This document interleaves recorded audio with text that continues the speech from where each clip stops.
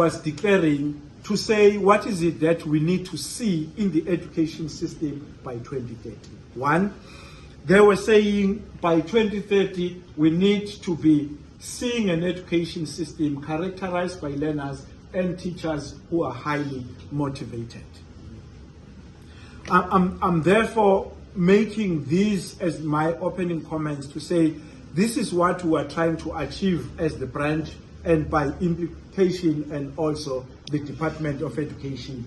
We are trying to make sure that both our learners and our teachers are highly motivated.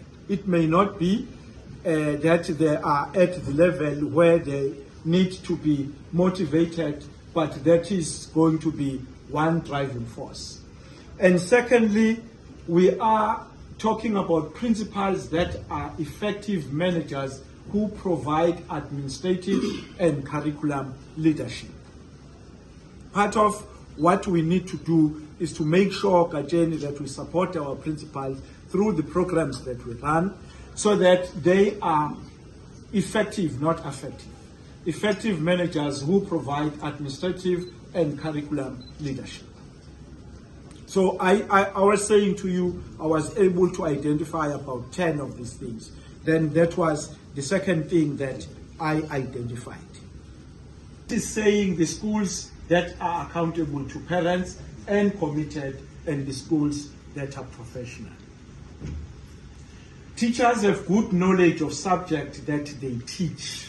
From a document which was crafted in 2011 by the National Development Plan. But I am saying, when we sit as this collective, this becomes our memo, this becomes our checklist, this becomes what we can refer to ask ourselves, are we able to assist the government to ensure that the education system that we are driving, that we are managing, is able to qualify for these things.